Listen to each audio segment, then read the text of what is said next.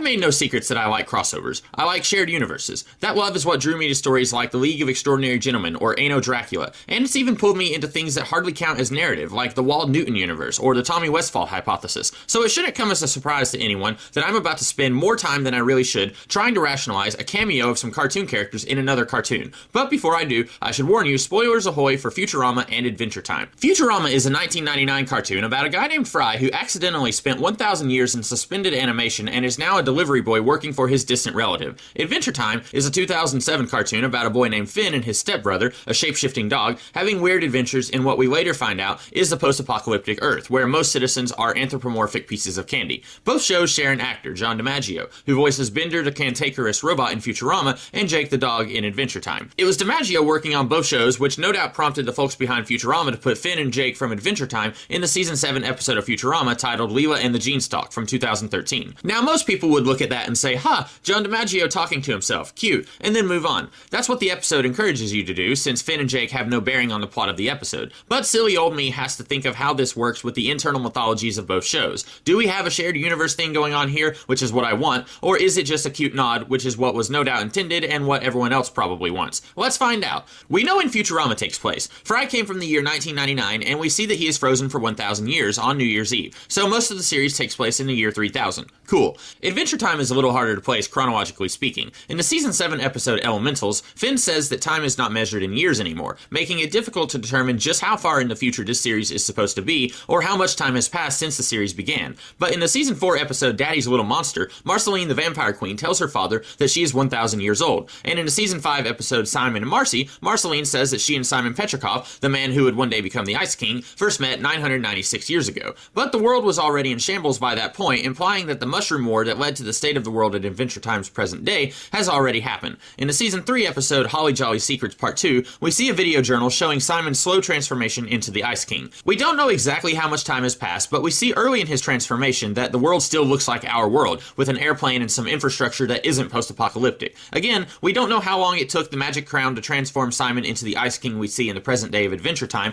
but I am going to assume it took years, to the point that when Ice King isn't wearing a crown, its effects are still present in his body. So I think it's safe to say that Adventure Time takes place 1,000 years and maybe even a decade or two in the future. So the timeline of Finn and Jake appearing in Futurama doesn't exactly match up, but it's pretty close, especially since we're not given exact dates on how long it took Simon Petrikov to transform into the Ice King. Maybe it didn't take as long as I think, who knows. So we know that the Mushroom War took place sometime after 1999, when Fry's suspended animation began, and that's not really contradicted in Futurama. We see civilization crumble a couple of times while Fry sleeps, at least once thanks to an alien invasion. The Mushroom War might have been the cause of one of the falls of civilization, but then you have to wonder why there's a remarkable lack of humanity in Adventure Time, and there's still plenty of humans in Futurama. And there are some more complications. For one, planet Earth in Futurama still looks intact, while a huge chunk of the planet is missing in Adventure Time. Also, Mars. In the season 4 episode of Adventure Time, Sons of Mars, Abraham Lincoln is the Lord of Mars, and all of the assembled Martians we see look like this, while in Futurama, Martians look like this. And we're told in Futurama that Mars University was founded in the year 2636.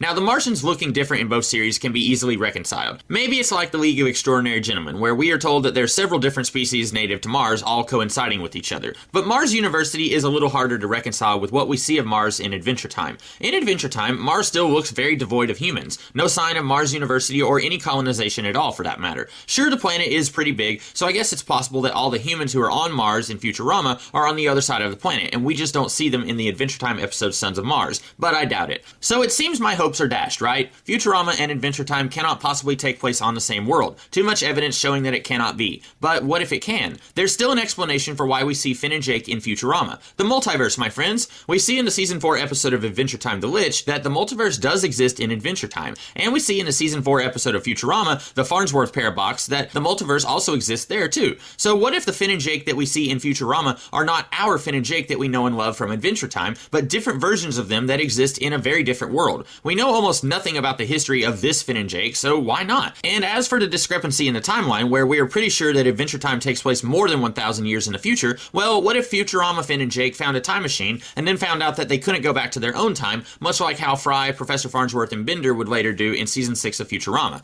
Now, if I'm being honest, even though this theory does work, it is a bit of a cop-out, but I don't care because it explains the appearance of these two in a world very different from their own without sinking to, let it go, it's an in-joke. So what do you guys think? Do you like the multiverse theory, or do you think there's a way to reconcile the world of Futurama and Adventure Time despite what I've laid down here? Let me know in the comments below, and in the meantime, keep it mathematical. Have a great day.